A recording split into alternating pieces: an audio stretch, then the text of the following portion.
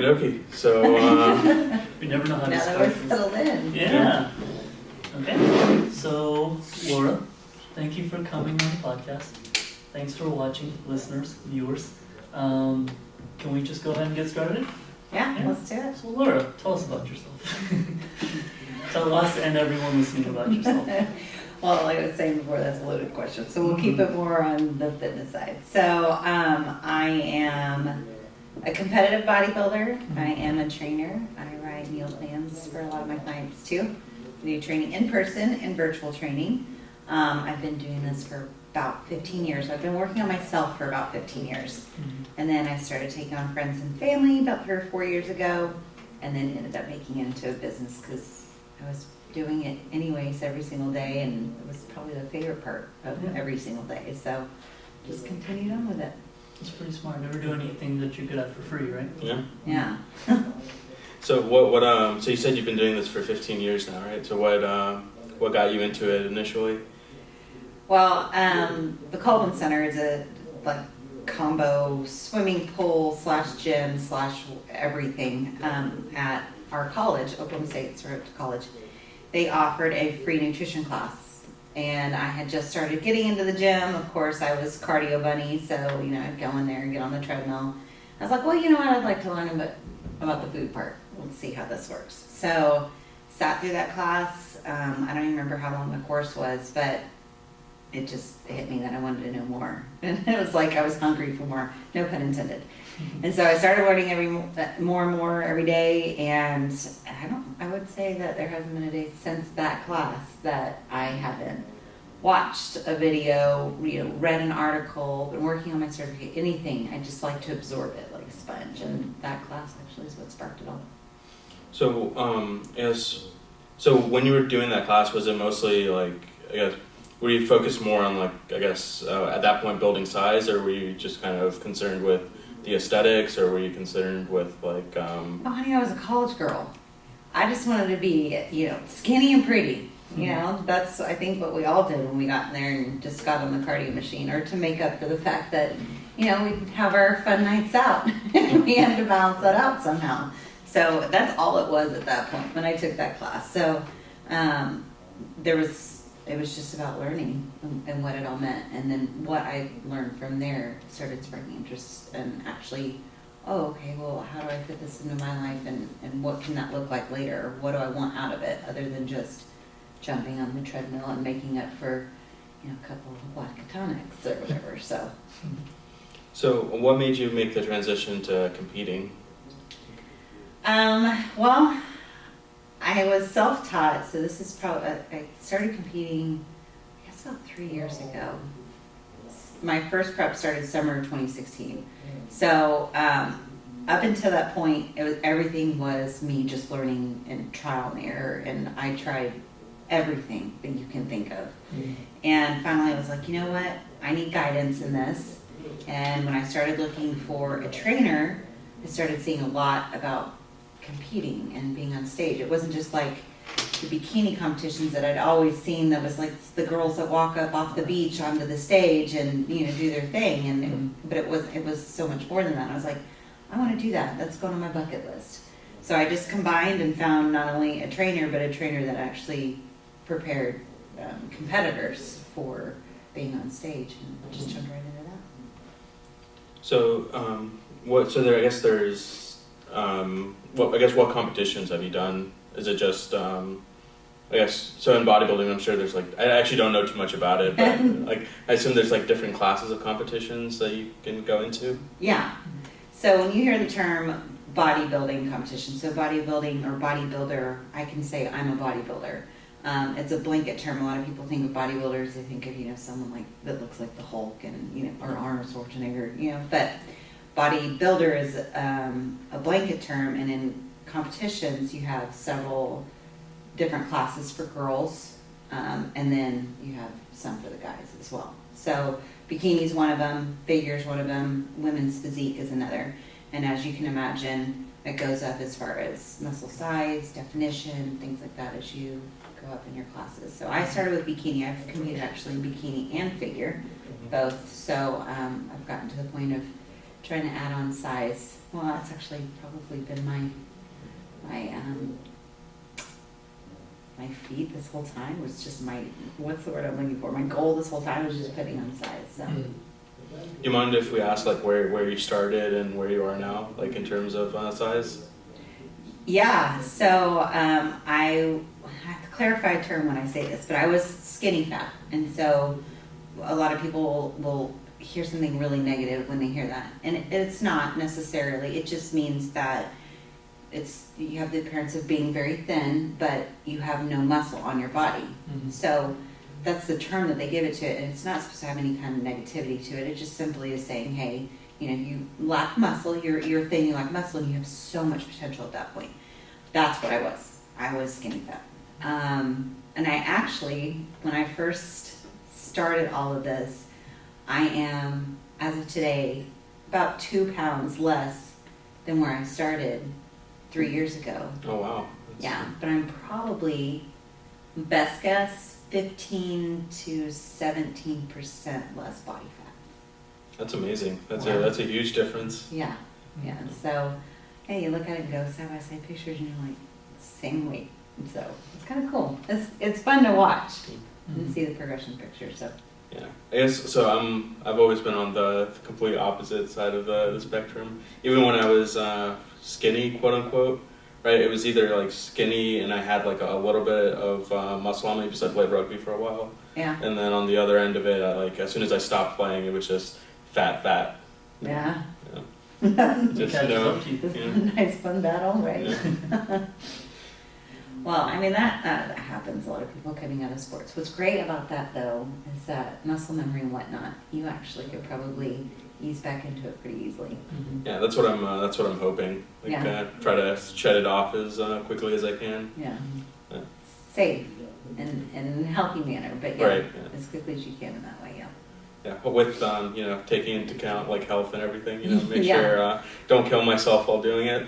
Yeah, people go 30 pounds in 30 days, and it's like, unless you have, like, and I don't even know if I can say this, but excessive amounts of weight to lose, you really shouldn't be losing more than 1 pound or 2 in a week. That is like the kind of the rule of thumb to make sure that you're in a healthy zone. And I would give that ideal to anybody that's going to lose weight, no matter if they have, 200 pounds to lose or their last 10 pounds, just to try not to push it past 1 pound or 2, and just be patient with yourself. So that's the as quickly as possible. As quickly as possible is 1 to 2 pounds a week. Quickly and safely. Yes. Yeah. Yes. So I guess based on what you just kind of described, I guess you and Aqeel are kind of in on some, like, I guess where you were originally is kind of where somewhere along that path is where Aqeel is now. That's somewhere where I'm starting, yeah. I don't keep a lot of fat on me, and the weight that I've managed to gain since college, which is where I really started weightlifting, has all been muscle. And now I'm just like struggling because I've hit a plateau almost, where now it's just going to be so much diet goes into it to actually gain more muscle and put on more size. And so yeah, I do actually find myself in a very similar boat. Yeah. So I guess kind of along with that, what was like one of the hardest things you kind of had to deal with as you were kind of on your journey? Mm-hmm. You ready for my first world problem? Eating a lot of food. He talks about diet and being able to put it on. Eating a lot of foods. And it's easy to go and sit down, and I call them out just because the single piece of cheesecake is insane. But Cheesecake Factory, yeah, you can go knock out several thousand calories in one meal there. Mm-hmm. But to put that down in whole foods, I try to stay away from the term clean, but whole foods, not so processed foods. But trying to get that much from just whole foods is. Yeah, looks like it's going. Alright. What was the question that we were just talking about? Well, Was it so, Whole Foods? like you go to Whole Foods. Go to yeah. Whole Foods. No. I'll start any plan basically with chicken and blueberries is a big one, oatmeal. Mm-hmm. You got your ground turkey, but I find that my clients get really sick of that really fast. Yeah. See, that's actually like an odd food that I just really love. Yeah. Like I can ground turkey. Like Oh, I ground can just turkey, eat yeah. that like non-stop. Yeah. And just like put a little bit of lemon on it, and I'm I'm good. Yeah, and you could put like I like chili pepper on it, or kind of your taco seasoning. But then instead of using the packet, I'll put my own little seasoning in it. But I can just for a period of time, and then I'm like, all right. Yeah. But chicken, day in, day out, which is awful because chicken. I buy the free range chicken. That is not cheap. No. And to go through I make 8 to 10 pounds of it at a time.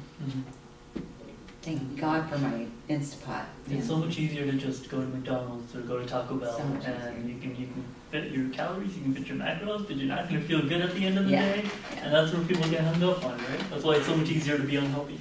Yeah. Because it's cheaper too, more convenient too. Yeah. Good points.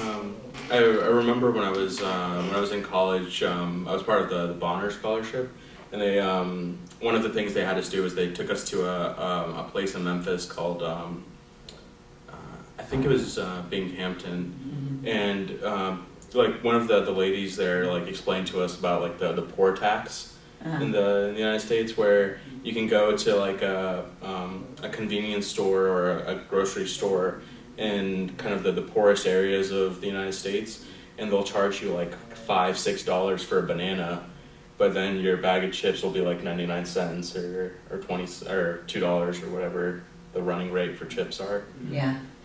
Don't quote Zain on those numbers, because that was ridiculous. But $6 for a banana, jeez. I mean, but I'm sure it's close. Yeah, I mean that's probably also like it's probably easy. The more you can spend on food, probably to a degree, like the better quality of like meat and stuff it could be. Yeah. Yeah. You're getting into your free range and stuff like that. There's really only, I would say my seafood and my chicken are where I'm like pretty die-hard chicken. Sometimes I'll go off and go and get, the one that's $3 a pound, not $6 a pound. But the rest of it, like I'm not all organic, and like I've lived this long in my life and nothing's really happened to me. Nothing happened to my mom growing up not having to eat her free range chicken. So I'm pretty sure I'm going to be okay, so there's just one way to coach people through that. You can find a way to make it affordable. For sure. So, I guess, like, so what's your max? Like, how many calories do you think is like your average day trying to get ready for like a competition? Also, is that what you do? Do you track your calories, or do you go for more your macros or something else completely? That's a good question. Yeah. So I track my macros, but a lot of times when you track that, because they're all assigned their caloric value, you'll fall into the calorie range that you need. Right. But if you track your calories, you're not necessarily going to hit all your macros, right? Yeah. So I track my macros, and it depends on what stage of competing I'm in. If I'm in my bulking stage, 2,400, 2,500. I've gone as high as 2,800 calories. Wow. In my cutting phase, because I'm a naturally lean person, I don't usually have to cut very far down. I think the lowest, which is kind of low, I think the lowest I've ever had to go is 1,400 calories. But I've known some girls coming into 2 or 3 weeks before, and I do not condone this for any normal human being. Please don't do this. Please don't do this. Is they could get down, to 900 calories or 1,000 calories. I think the lowest that I hit was around 1,400 calories. So, but that it just depends on the stage that I'm in, my phase. Going back to prepping for a competition, is that the hardest part, cutting down? That's what I usually hear. When you get down to the part where you're really shredding, it's your diet that really is the hardest part. The training, you have to stay consistent, and obviously the energy plays a part. But did you find that was one of the hardest parts of yours? For me personally, I'm a weirdo. So I don't, in general, yes, that's everybody's hardest part. You find that you're spacey too, so it's hard to really get everything done that you need to get done. It's hard to function. So everything you do on a daily basis, your job or, doing stuff with your kids and your family. I had a client, her husband actually is competing next weekend. And she said the other day, it took him 2 days to find his keys. Like he literally had no idea where he put them. Wow. He just was completely spaced out and could not remember. But yeah, generally that is the hardest part. So the energy, your training should come down along with that. Mhm. You don't tend to start to lose muscle just because you didn't train for the last couple of weeks or you didn't train as hard. And you probably shouldn't anyways, because you can only push your body so far with as much energy as you're actually giving it. Energy being food. Right. You take a little bit of the nutrition away, and you're likely going to not be able to push the same weight around. Exactly. Yeah, for sure. So you change something around at that point. Yeah, and I wanted to ask, when you do cut down, when you go from potentially your 2,800 down to your 1,400, how does that affect your macros, or the way you found it? Are you mostly cutting out carbs or fats or protein, what have you? For me, it stays pretty even. I'd say the last thing that's ever cut for me is carbohydrates. Oh, okay. So those stay pretty high. I think a lot of people will be surprised to hear that, because that's usually the first thing to go. Don't eat the pasta, don't eat the bread, right? Yeah, which blows my mind. In fact, my biggest tool for helping people lose weight is carbohydrates. Mhm. Biggest tool. But it's an energy source. It will help put glycogen back in your muscle after a workout, and it's not necessarily stored. If you're doing it correctly, it's not necessarily stored as fat. Timing and placing it in the right place of your complex and your simple carbs, right? So you want your complex before a workout, so it slowly burns through your workout, and then you want your simple, so it can go straight back into doing its job and repairing and whatnot. So, And but if could you you're give a couple examples of like a complex versus a simple carbohydrate to eat? Sure. So if you have oatmeal, Yeah. that's complex. It takes a little bit longer for your body to break down. And think of the fiber that you get in oatmeal too, right? A starchy carb would be, or a simple carb would be jasmine rice. That's probably the number one. Most people think, oh, I can't have white rice. But whatever, have the white rice. Go. When I finish teaching my group classes, like now in the next 30, 45 minutes, you guys go grab a half a bagel or go eat a cup of rice, or, you know, because I don't know their actual macros because it's a general training class, but the point is get into the habit of going and grabbing some of those simple carbs and help your body out for what you just went through and put it through. Yeah, because I believe under eating can also be a cause of fat retention, right?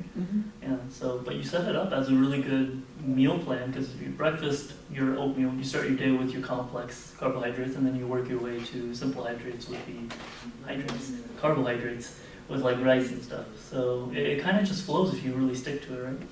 Yeah, in the place really those complex and those simples, just to clarify, would be before and after your workout, so Right. pre and post workout. And the majority of your carbs for the day typically would come from, or would be eaten in those two meals, right? And then you spread them out evenly through the rest of the day, and then we break them up. So I work with my clients on when are you training throughout the day, set it up as they'll see their plan, meal 1, meal 2, pre-workout meal, post-workout meal, meal 4, meal 5, you know, whatever it may be, and then they know how it's supposed to fit into their day. So, For sure.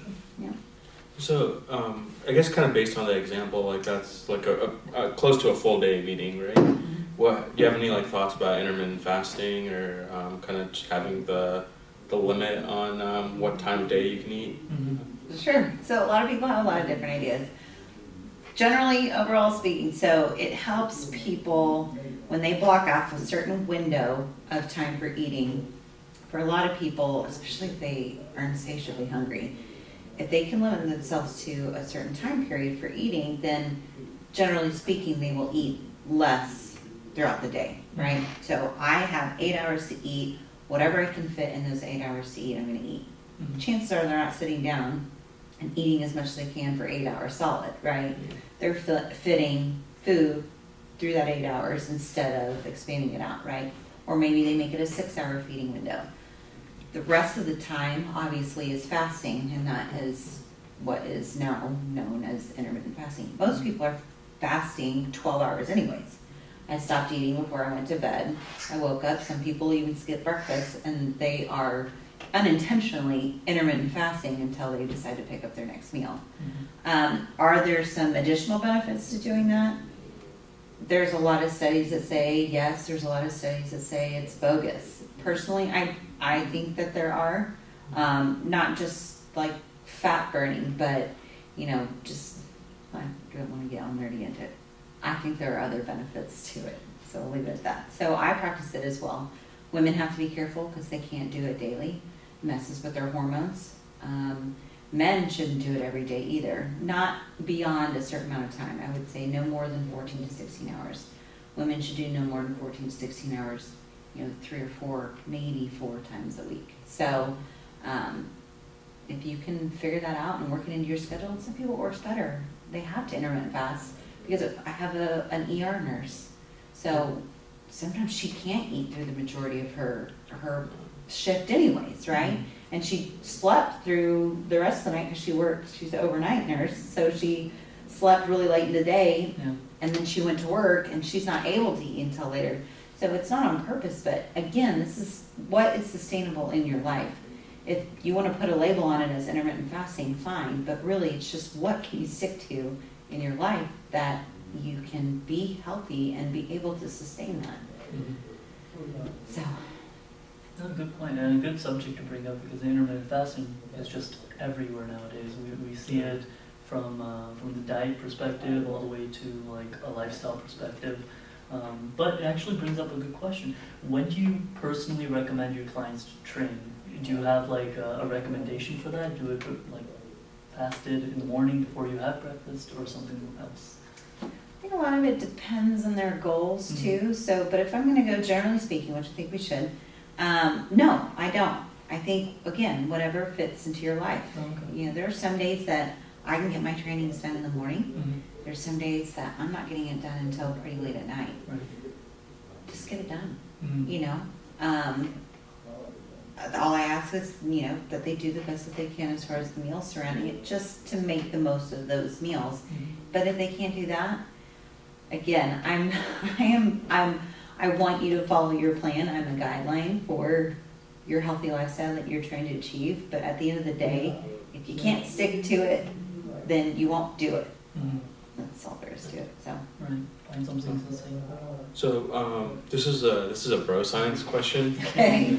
So when I was in college, like my friends and the people I would work out with, they would always say, you have the golden hour after a workout, and you should basically just chug chocolate milk during that hour.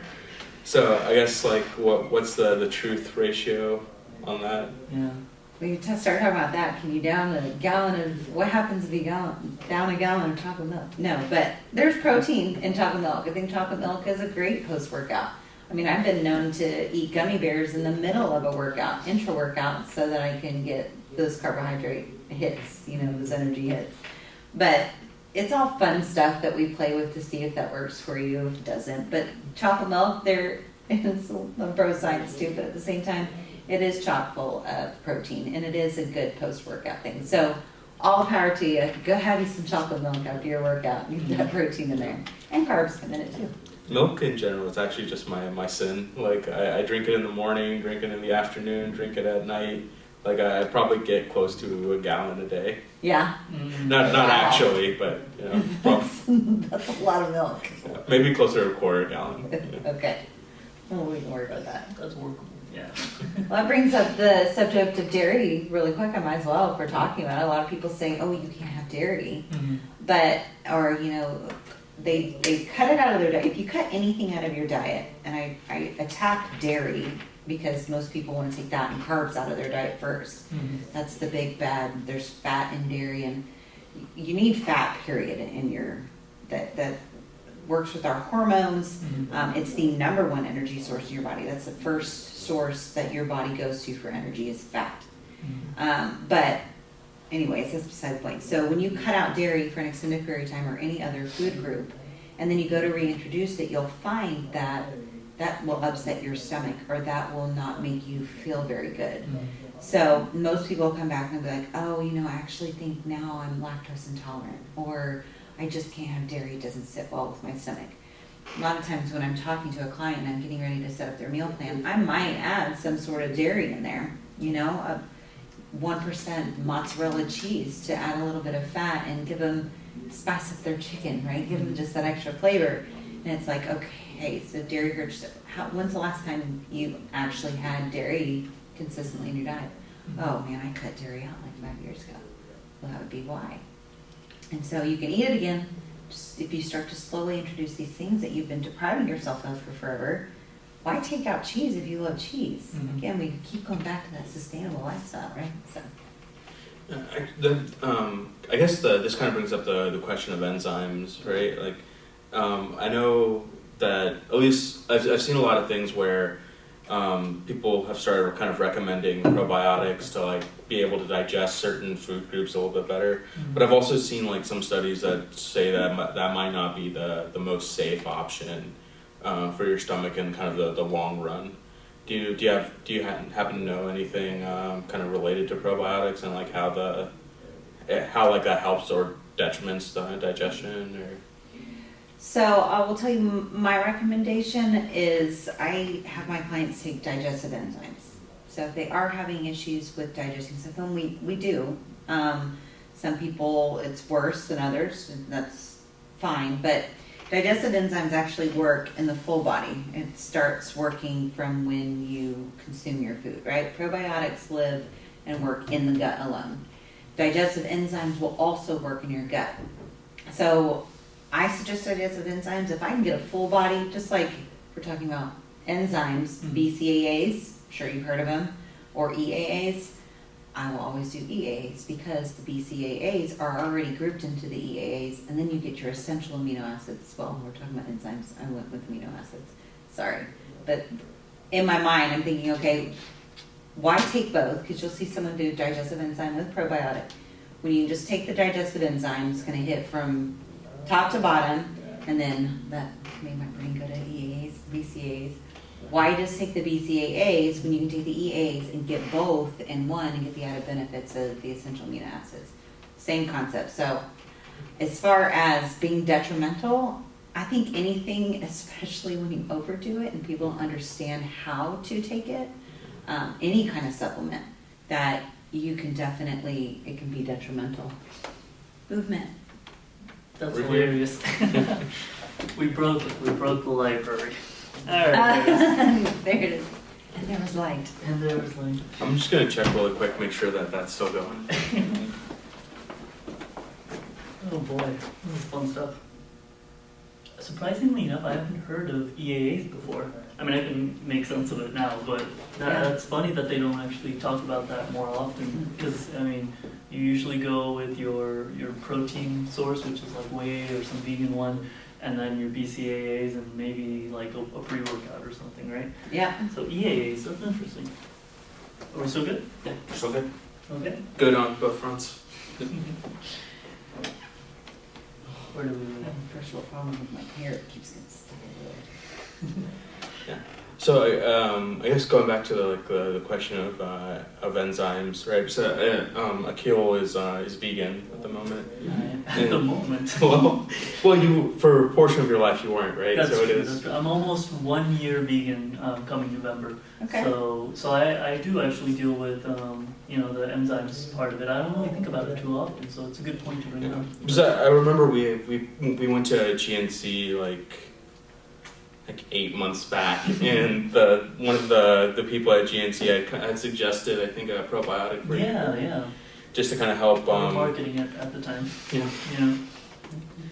So, do you have any would you have any Clients. tips or suggestions for someone who's like has a somewhat restricted diet, right? Like whether it be whether it be vegan, whether it be because I know some people also I know that some autoimmune diseases require you to restrict a lot of certain foods out of your diet. Mm-hmm. Do you how do you if there's a certain food group that you just can't eat for whatever reason, and it's kind of your go-to for whether it be for carbs, fats, or protein, what do you suggest using supplements instead, or would you suggest trying to just find other ways to get it in whole foods? Or I don't think there's anything that you can cut out in any scenario or way of eating or disease related omissions, anything that you can't find what you need in another source, right? Mm-hmm. But I will always suggest that you get what you need through food first. Supplements are strictly that. They are a backup plan. They are an addition. So like I'll take, vitamin D, vitamin D3. I'll take that because I can look at my meal plan and go, okay, I know what I'm missing or what I'm lacking. So I would not always go to supplements first, and I don't. With my clients, there are some magnesium or potassium. Those are really good, especially for women when they're lifting, to go ahead and add to it. Even though you might be getting it in your food, let's add a little bit more to it. Funny thing, don't suggest multivitamins to my clients just because I help walk them through until they find the micronutrients that they actually need. But if you don't know what that is and you're not ready to narrow it down, take a multivitamin. But those are your basic supplements that I would go ahead and add. Every time, try to find as much as you can through your actual food. It's going to be the best source. That's really refreshing to hear from a personal trainer. When I worked at a gym, I wasn't actually a personal trainer, but I remember my personal trainer friends that worked there as well were really encouraged to kind of market I forget what brand it was, but we had our own brand of supplements, and they were really encouraged to market that to the clients for customers. But that's very refreshing to hear that you actually don't do that with your clients. I'm a supplement brand ambassador too. Yeah. But it all depends. I will take some too, but that's when I'm going and I'm prepping for a competition. Things that I don't get in my food, So, but food is always the first source, always. And most people, the typical person, is not going to need a whole lot of supplements. When you're looking at supplements, it's just your micronutrients. But when you do get closer to a competition, do you find that you use it personally? Like use more supplements to help you out your diet or get your body to the point that you need? Because I'm cutting, so I'm cutting away my food sources that I might be missing some of those that need to be supplemented by taking something. So taking additional, again, micronutrients, really. Those are my supplements. Vitamins, minerals, stuff like that. Yeah. Everything else is food. Everything else is food. Or liquids. We love lots of water. Drink water. Yeah, Coca-Cola, cherry syrup. It's funny? The more water you drink, the less bloated you'll be. And it's imperative that you add sodium to your diet. Yeah, so one of the times that I literally just felt the best in my life was I had a college roommate named Aqeel, and he was fairly tall African American guy, always just completely shredded, and he was a runner, right? He used to sprint a lot, and so I followed his diet for a while, and he would literally take close to a gallon of water a day, and he was pescatarian, right? So before his runs, he would have tomato soup, and that would be what he used for kind of fuel to get through his run. But when I was copying that, I never felt bloated. I felt the runs were a lot easier, just because I guess I didn't have as much heavy stuff in my stomach. And I never. That was what made me first realize how much effect just increasing your water intake can have. But I obviously do not follow it anymore. Yeah, it does. It really does. It helps flush out. It helps keep everything moving and flowing just like it should. We're mostly made of it, so why not put it in your body? Yeah. One thing I forgot where I saw this, but they were saying that you want a little bit of sugar or salt or something in your water, and it because it ends up being more hydrating than just having pure water. I think I heard it from Jeff Nipper, who is one of the YouTubers. Love him. He's delightful. He's actually one of the reasons that we got into YouTube as well. But I think he read somewhere, instead of having Powerade or Gatorade, get water and just add a pinch of pink Himalayan salt, and that kind of helps you with replenishing your electrolytes. Is that kind of the idea you were talking about? Yeah, so I think I heard the same thing, but it was with sugars instead. You add a little bit of sugar to your water, and it ends up having a similar effect. Yeah, Don't ask me about that. I have no idea what you're talking about. Definitely sodium. I'm on board for that. Right. Yeah. But a little bit of sodium and a lot of bit of water, right? Yeah, you should have a lot of sodium. I mean, again, it's hard to judge that when you don't quite know where you're starting off. But sodium is actually really good. That got a negative connotation too, that don't add salt to your food. It'll cause bloating, right? It's going to help you retain water. If you're doing it right and you're getting the right amount of sodium, it's actually not going to. It's also going to help you flush it out. It's going to help you feel less bloated and having that sodium. And if you're not getting enough now because you decided to take it out, you just add a little bit day by day, just a rule of thumb. Just add a little bit, get used to it after a few days, go ahead and add a little bit more. It actually is quite beneficial. You'll find it helps in a whole bunch of different things by adding sodium. I might be wrong because this is like 8 years after I took biology, but right. So sodium is what's used for active transport, right? And that's what helps you flush out more of help more of the things kind of get through your cell membrane. And, oh boy, you're playing with fire. Someone's gonna call us out on this. I can hear them typing now. I'm still stuck on that. Was 8 years ago. I'm like, holy crap. Mine was like 12, 15 years ago. Man, way to make me feel old, man. Another disheartening guess. Way to go. But that's a good point, yeah. That's funny. So we need carbs. We need to remember fats because they're important, and salt is a good thing. So you're essentially telling me I should eat more fries, right? Absolutely, if you want to. Yes. Get on it. You especially. All right. Me especially. I love fries. You especially. There's my go-to at any restaurant.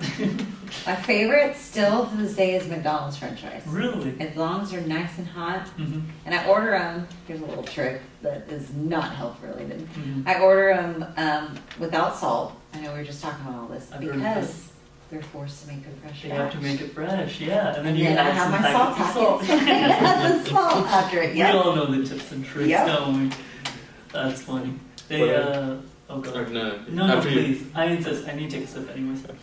So, one thing my mom does is she makes like homemade chips fairly regularly. Yeah. And so she'll like get them really thin. She'll put them in like ice for a day, and then she'll take them out, like salt them, and then fry them, and they taste amazing. Oh, that's great. Oh, I'm sure. It sounds like it tastes amazing. Did you bring some? I did not. No. They go bad like really quick. You have to eat them warm, or they won't last more than like an hour or two. Well, there's a testament to the whole foods in it, right? Otherwise, it would last forever. Right, exactly. The Twinkie They can left sit on the outside. shelf for forever. Yeah. That's what's bad. You know, if you find a McDonald's French fry like down in your car months later, there's no mold on it. Does that not worry you at all? Right. You're like, it's still good. That's not good. Yeah. I don't know. That's funny. Yeah. Look, when the nuclear fallout happens, right? We'll have our source of foods ready for us when we decide to come back to the surface. Yeah.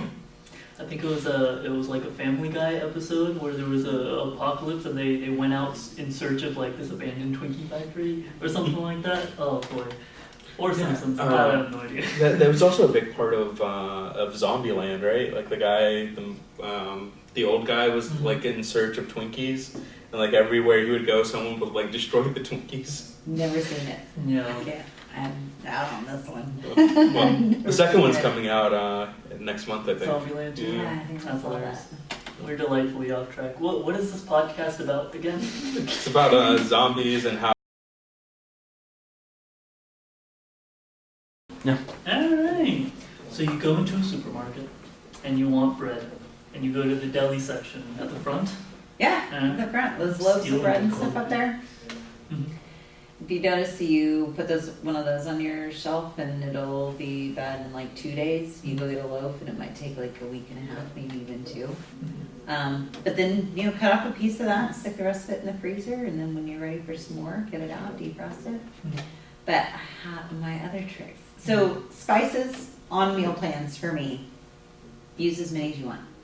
Go buck wild, however you want to flavor it. What I do with my chicken, I told you I make 8 to 10 pounds, 12 pounds even, all at once, my Instapot. I get it out and I do it as shredded chicken. And then when I portion it out, now each one of those, I'll add my flavor of the day. Maybe I want it to be like tequila lime flavoring. So I'll put that seasoning on my chicken. Mm-hmm. Or right now my kick is Hidden Valley Ranch seasoning. So then I have ranch chicken. Mm-hmm. Or when I have my eggs and egg whites, I'll have ranch eggs. So Flavors are your seasonings, friends. go for it. Yeah, exactly. Hot sauces, Mm-hmm. always good. Salsas, good. Always approved. I made hot wings the other day. Did you? Yeah. Of what? With chicken and Fried I don't know why I chicken. asked Or that. did you bake them? No, I baked because Okay. I've made Can't handle hot fryer. dogs too. I Oh my god, I love my air fryer. when I was going through my masters, we had one set up in our in the student lounge. It was amazing. I love it. I don't know where I would be without. I need a food processor, but without my air fryer, my Instapot, I just don't. Meal prep would be so much harder.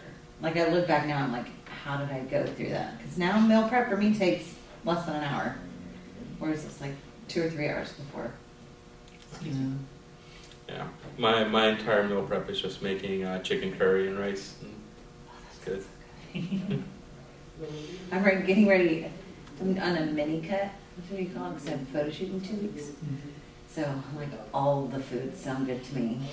And it's weird too because I'll have cravings, but I don't actually really get that hungry. I told you I'm weird. So like cutting time right before competition, I get spacey, but I don't have like mood swings and stuff from being hungry, and I don't always feel depleted. But the last week I can feel it in my workouts where I'm like trying to push and my body just won't do it. Yeah, you're just dragging along. Yeah. Yeah, one thing I've noticed with like cravings that I have, like if I just take a bite of that thing and then if I just walk away from it, I don't really want it anymore. But I can also like if I take a bite of it and I don't like stop myself, it goes insane. Yeah, you were, I gotcha. Mm. Like I can eat like Andes Mint, those little Andes Mints.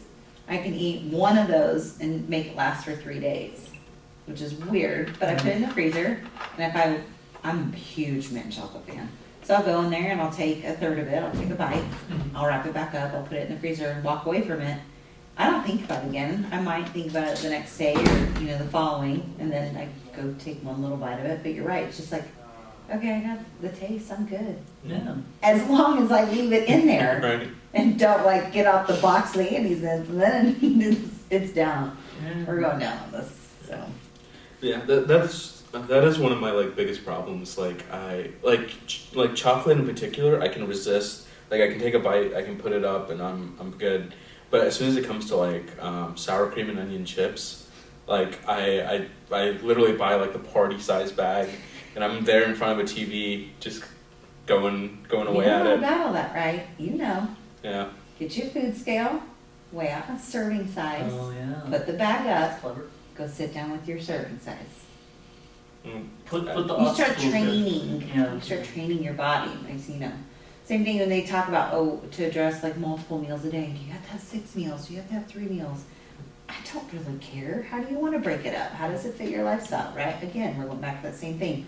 But it's funny in training your body how quickly and how quickly it adapts and how smart it is. If you train your body to eat every 3 hours and you do that, some people as quickly as 3 days, some people maybe a couple weeks.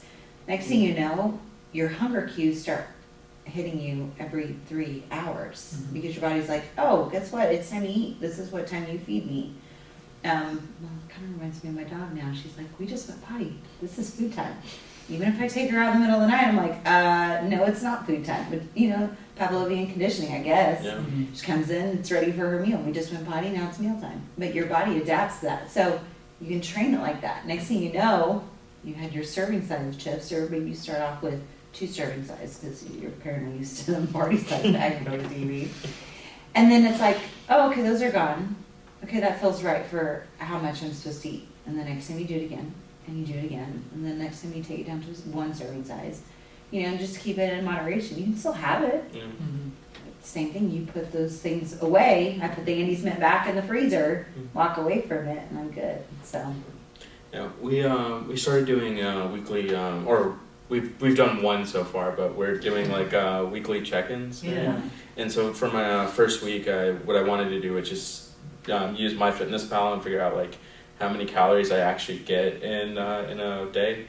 and it ended up being like a ridiculous number. Like I got close to 3,500 calories a day, which without is, even trying.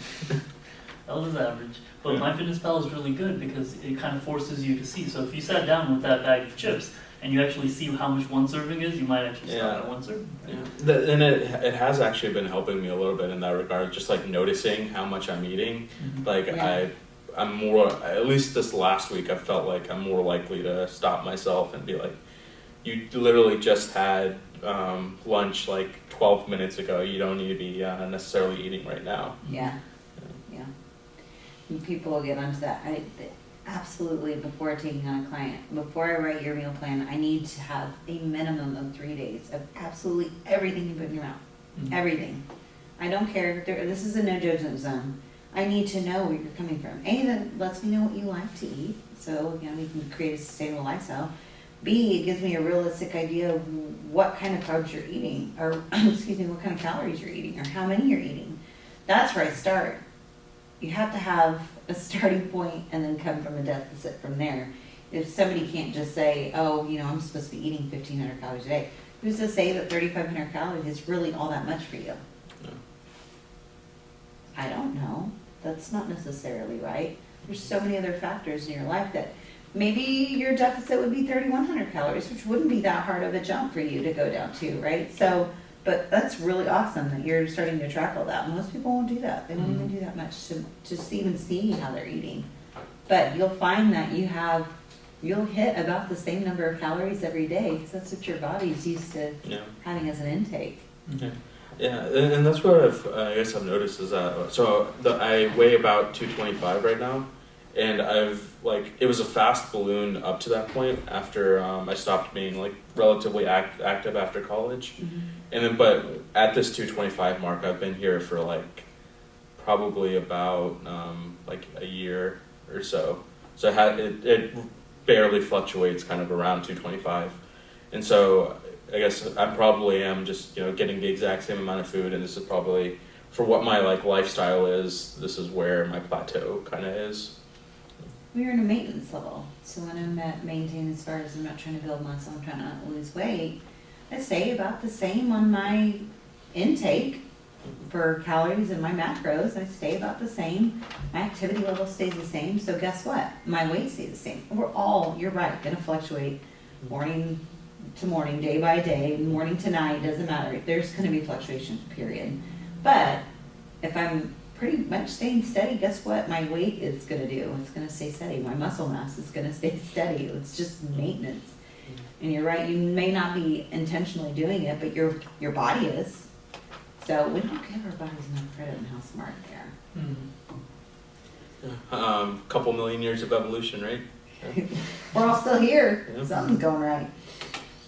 Walden Farms, by the way, if you guys like syrups or for the sweet lovers out there, Walden Farms and Skinny Mixes. So if you drink coffee, Skinny Mixes makes like donut flavored and all these creamers and syrups and stuff that you can put into your coffee that I approve on my meal plans.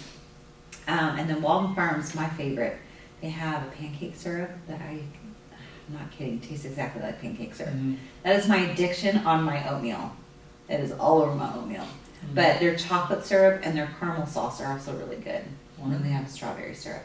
I've heard that name before too, so it's making its rounds. Yeah, I've been eating that for years. But I would not go for like their mayonnaise or their ketchup or even their barbecue sauces, not so much. Okay. So I've already made that mistake. I mean, if you want to go out and try it, go for it. But And then G. Hughes, Walden Farms, you can find it at Sprouts and at Kroger. These are my little tricks. This is how we get through eating the same thing day in and day out, because it's no longer the same thing day in and day out. Flavor is slightly different. Yeah, I get to do whatever I want with it. G. Hughes makes really good barbecue sauces, so if you're a barbecue sauce fan, we've got a few different flavors there, and then like a honey mustard. Oh, that's so good. I definitely want to try it. It must almost be time to eat. Yeah, we're talking a lot about food suddenly. Yeah, I think we've been doing it for about an hour, right? Yeah, just about. So we could potentially call it here if you guys are cool with that. Yeah. Well, thank you very much for coming out today It's my and pleasure. talking. Thank you for having me. Yeah, Laura, it's been great. And do you want to maybe market some of your platforms, or how some of our listeners and viewers can actually reach out to you if they want to? Sure, yeah, face anything. Sure. I am on Instagram at Gainer Fit, and my website is on there that you can go through and see the personal training. Like I said, I do virtual, so I can write plans for anybody. I do check-ins with people through pictures, and then I'll have one-on-ones, whether it be through Facebook Messenger or I can't say FaceTime because I'm a Samsung user. But some sort of video chat. I'll do check-ins there, and then I have Gainer Fit. I have a Facebook business page, Gainer Fit. You can find my personal page on there as well, but most of my fitness I will put up there recipes, or I'll put tips of the day, or just general nutrition facts and way to just kind of guide people to learn little by little. Instead of doing what I did and have to fail all the time and then pick back up and try to learn it and spend 15 years doing it. Yeah, 15 years of experience. Yeah, just take it now. So we'll also include that in the descriptions as well for the video. Yeah. Oh, I also just I can't believe I never realized this before. Your last name is like perfect for fitness. I get that a lot. Yeah, it'd be like, that's your real last name. I'm like, yeah, Gainer's my real last name. This is my TV personality. I guess fate had it determined and figured out way before I did. So yeah, it's cool. I like it. Well, there you go. Well, that should wrap up our podcast. Thank you again for coming on. Thanks, and guys. We're signing off. Bye. We're not good at this. This part is the hardest part. The beginning and the end. But yeah. That was cool. Done.